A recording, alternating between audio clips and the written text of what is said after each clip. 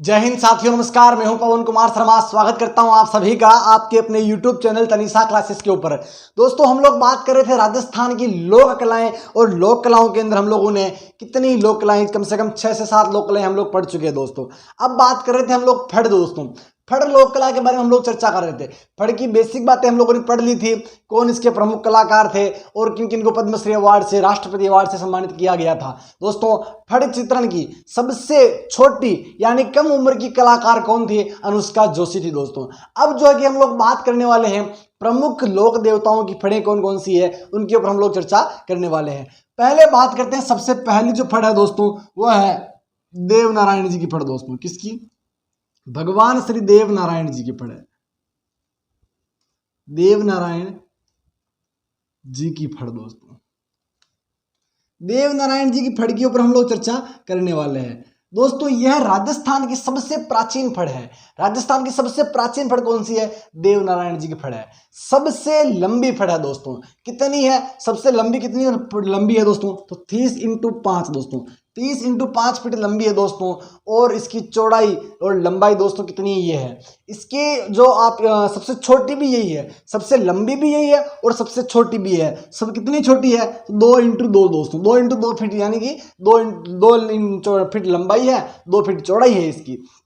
अच्छा ठीक है, सबसे प्राचीन हो गई, सबसे लंबी हो गई, सबसे छोटी हो गई दोस्तों। सर्वाधिक चित्रांकन वाले, सर्वाधिक चित्रांकन कैसे कि जो फड़े हैं अपने पाबू जी की फड़ है, रामदेव जी की फड़ है, आपके भैंसासुर की फड़ है, रामदला कृष्णदला की फड़ है, ये जितने भी हम लोग फड़ पढ़ेंगे दोस्तों इनके अंदर, और महात्मा गांधी, कोविड, बहुत सारी फड़े हैं दोस्तों। भारत की नदियों के ऊपर भी फड़ है, लेकिन सबसे ज्यादा चित्रांकन किस फड़ के अंदर है? तो आपकी देव नारायण जी की जो फड़ है, भगवान श्री देव नारायण जी की जो फड़ है, इसके अंदर सर्वाधिक चित्रांकन है दोस्तों। अच्छा ठीक है, ये जो देव नारायण जी की जो फड़ है दोस्तों, इस फड़ की मूल जो कृति है दोस्तों, मूल जो फड़ है वह कहां पर है?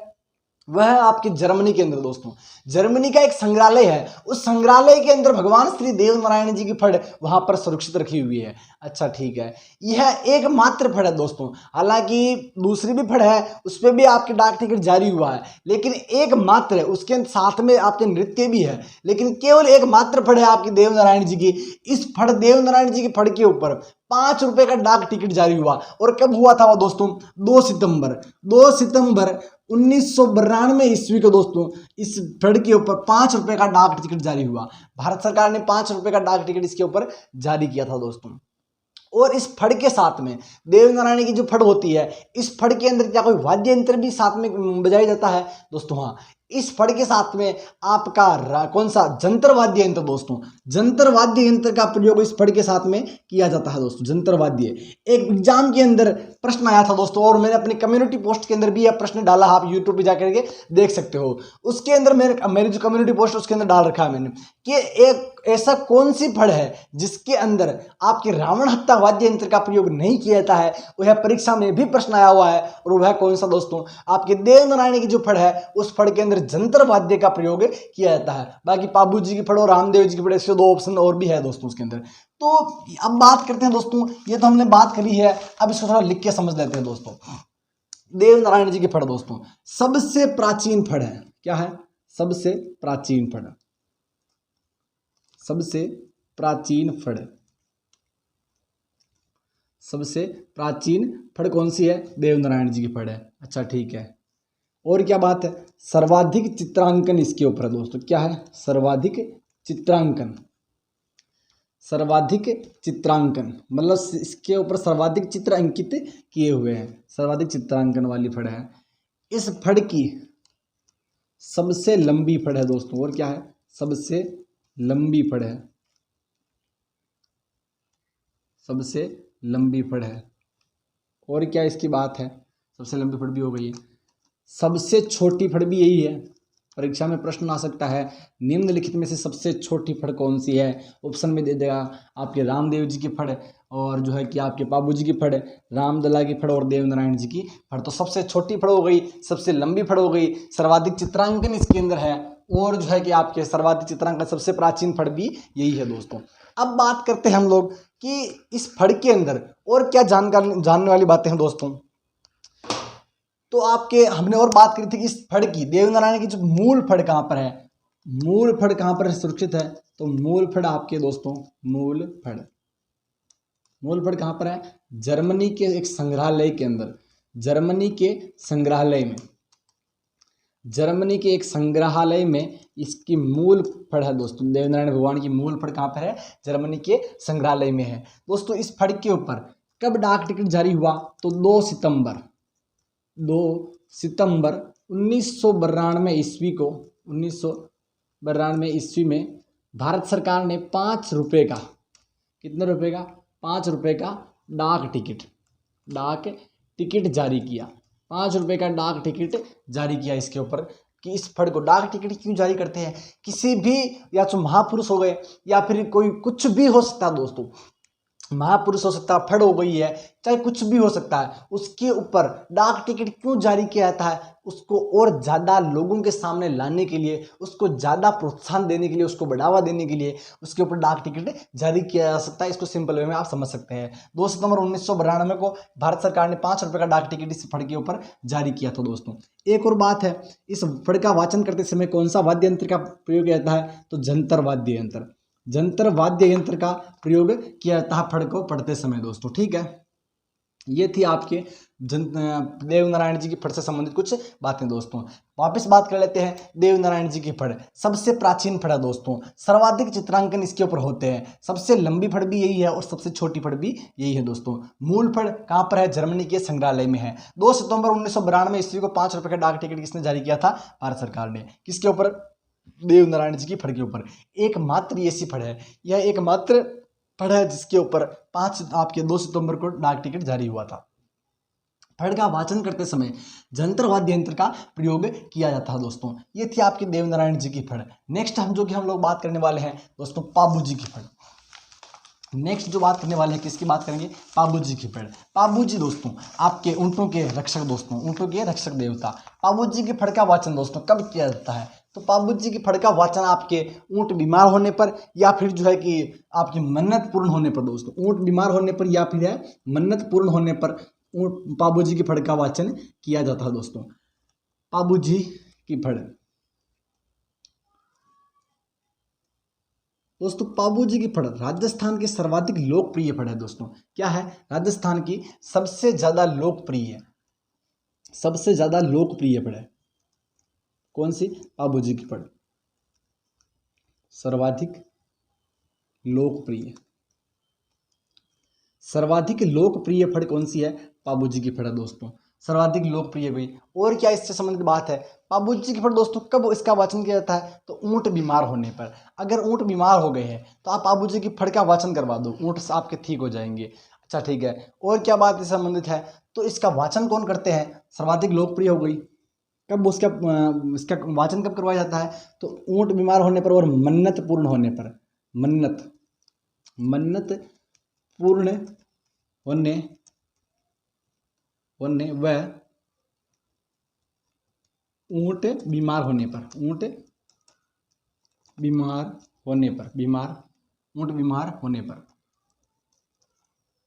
ऊँट बीमार होने पर इस फड़ का वाचन किया जाता है दोस्तों। किसका? पाबू जी की फड़ का वाचन किया जाता है। इस फड़ के साथ में कौन से वाद्य यंत्र का प्रयोग किया जाता है? तो फड़ के साथ में वाद्य यंत्र है आपके दोस्तों रावण हत्ता। फड़ का जब वाचन करेंगे तब एक वाद्य यंत्र बजाया जाएगा और उस वाद्य यंत्र का क्या नाम है? रावण हत्ता वाद्य यंत्र का प्रयोग किया जाता है। इस फड़ का वाचन कौन करते हैं? तो फड़ का वाचन कौन करते हैं? आपके नायक जाति के भोपे दोस्तों। कौन? नायक समुदाय, नायक जाति के भोपों के द्वारा दोस्तों। नायक जाति के भोपों के द्वारा इस पाबू जी की फड़ का वाचन किया जाता है दोस्तों। भगवान आपके जो देवनारायण की फड़ है उनका वाचन कौन करते हैं? आपके श्रीलाल जोशी गुर्जर जाति की भोपों के द्वारा उनका वाचन किया जाता है। और वाद्य यंत्र कौन सा प्रयोग में लिया जाता है? तो जंत्र वाद्य यंत्र काम में लिया जाता था दोस्तों। पाबू जी की फड़ जो कि आपके लोक देवता है, सर्वाधिक लोकप्रिय फड़ है। मन्नत पूर्ण होने पर व ऊँट बीमार होने पर इस फड़ का वाचन किया जाता है। वाद्य यंत्र कौन सा? रावण हत्ता है। और वाचन आपके कौन करेंगे? नायक जाति के भोपों के द्वारा इसका वाचन किया जाता है दोस्तों। ये थी आपके पाबू जी की फड़। नंबर 3 पे है आपके दोस्तों रामदेव जी की फड़। नंबर 3 पर दोस्तों आपकी जो पाबू जी की फड़ है उससे संबंधित एक और बात बता देता हूँ। पाबू जी की जो फड़ है यह सर्वाधिक चौड़ी फड़ है दोस्तों। इसको अलग अलग से आप देख सकते हो कि सर्वाधिक चौड़ी फड़ कौन सी है, तो पाबू जी की फड़ है दोस्तों। नंबर 3 पर बात करते हैं हम लोग दोस्तों रामदेव जी की फड़। रामदेव जी, रामदेव जी की फड़ दोस्तों, रामदेव जी की फड़, रामदेव जी के फड़ के बारे में हम लोग चर्चा करते हैं। रामदेव जी के फड़ का निर्माण किसने किया था, तो इस फड़ का दोस्तों सबसे पहले इस फड़ को चित्रित करने वाले थे दोस्तों चौथमल चित्तेरे। चौथमल चित्तेरे के द्वारा इस फड़ का चित्रांकन किया गया, इस फड़ को चित्रित की गई दोस्तों किसके द्वारा, तो रामदेव जी का फड़, रामदेव जी की जो फड़ है इस फड़ को चौथमल चित्तेरे द्वारा चित्रित की गई थी दोस्तों। कौन से वाद्य यंत्र का प्रयोग किया था, तो वाद्य यंत्र भी आपके रावणता ही है, सेम कुछ अलग नहीं है इसके अंदर। एक बात और अलग है कि इस फड़ के साथ में आपके कौन से भोपे, तो कामड़ जाति के भोपों के द्वारा रामदेव जी के फड़ का वाचन किया जाता है और चौथमल चित्तेरे के द्वारा इसको चित्रित की गई थी। तो इसको लिख सकते हैं कि रामदेव जी की फड़, रामदेव जी की फड़ किसके द्वारा चित्रित की गई थी, तो चौथमल चित्तेरे, चौथमल चित्तेरे, चौथमल चित्तेरे के द्वारा चित्रित की गई,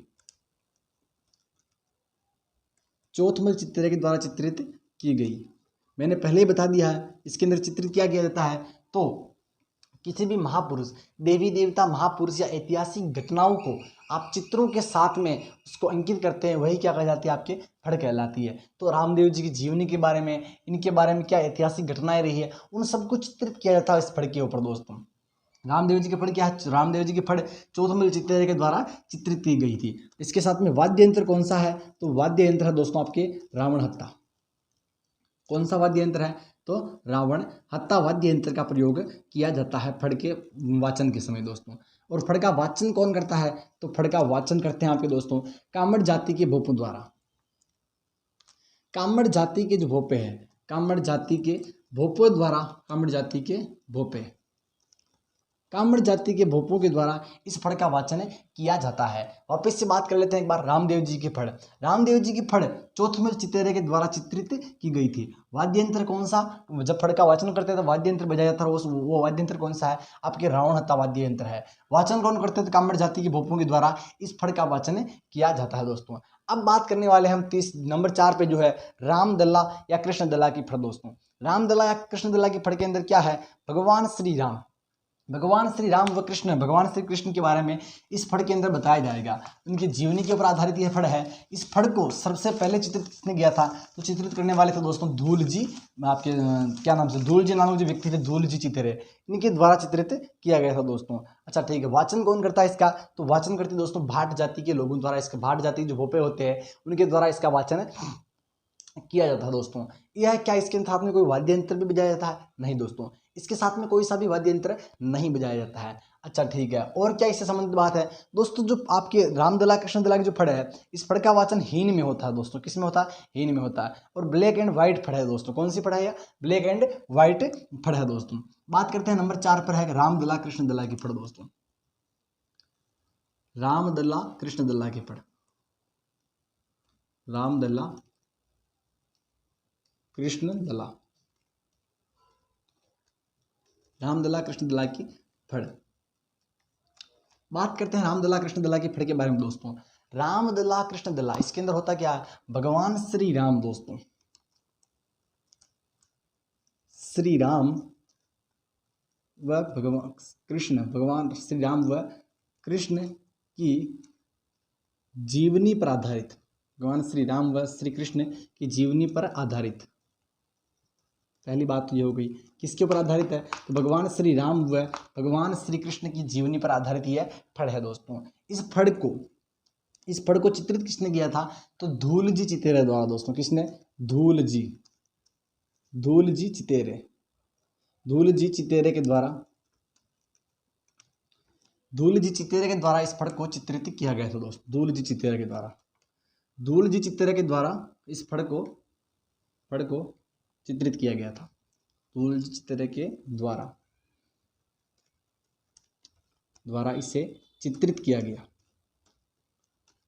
चित्रित किया गया।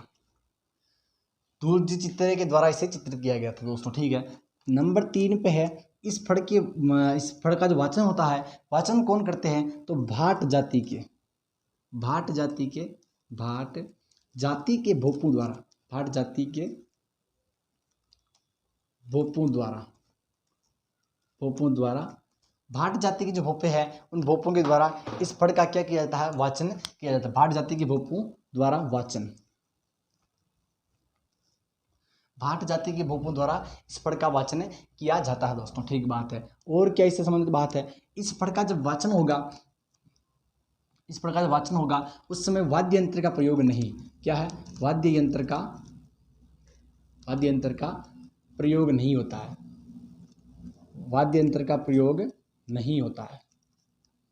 इस फड़ का जो वाचन होगा उस समय कोई से भी वाद्य यंत्र का प्रयोग नहीं किया जाएगा। अच्छा ठीक है। और क्या इससे संबंधित बात है दोस्तों? ये जो फड़ है, इस फड़ का वाचन हीन में होता है दोस्तों, हीन में होता है। और क्या इससे संबंधित बात है? तो यह ब्लैक एंड व्हाइट फड़ है दोस्तों। क्या है? ब्लैक एंड व्हाइट फड़ है।